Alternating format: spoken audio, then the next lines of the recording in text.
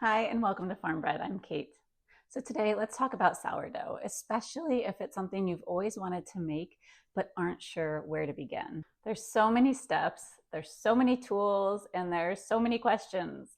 I know the feeling oh too well. It's how I felt when I got started. So I want to tell you something that I wish somebody had shared with me when I first got started, and that is that sourdough is simple, really simple.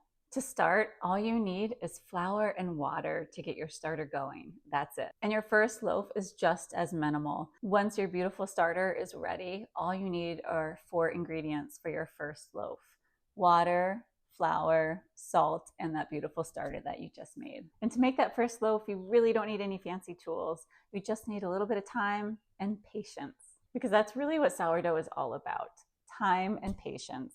It's a slow, peaceful process, and honestly, it's a bit magical. We all know good things come to those who wait, and sourdough is really no exception. Now, here's another thing I wish I knew early on.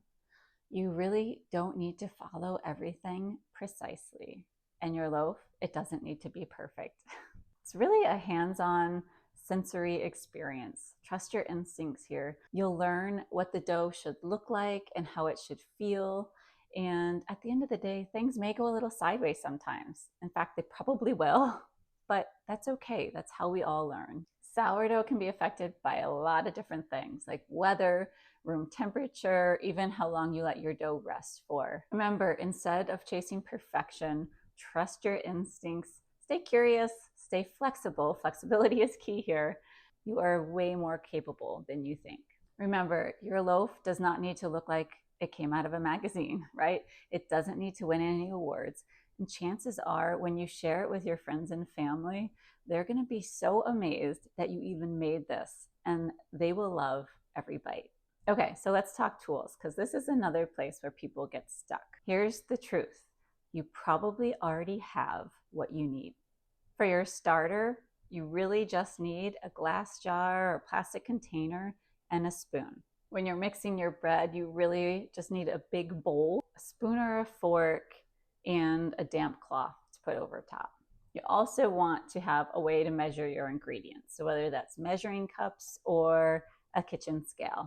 And for the bake, if you have a cast iron pan or a Dutch oven, that would work really well. Remember to use some parchment paper.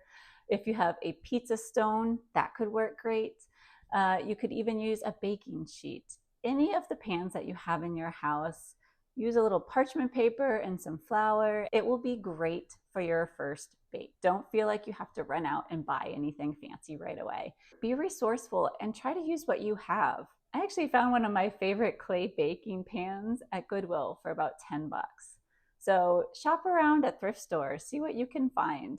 You don't need to buy anything fancy when you're first getting started. Another little reminder, people have been making bread for thousands of years.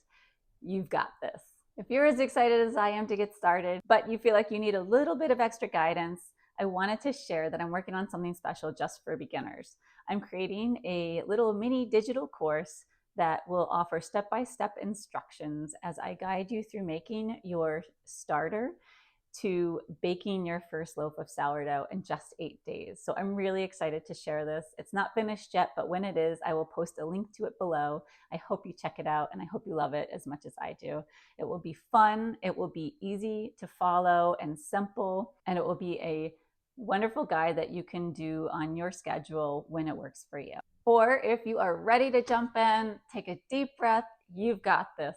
Sourdough can be really forgiving. It's flexible and it's fun. Trust your instincts and enjoy it as you go through the process. I hope this has eased some of your concerns, and I hope you really do give sourdough a try. It is a wonderful way to create a healthy bread that's fun to make and wonderful to be able to share it with those you love.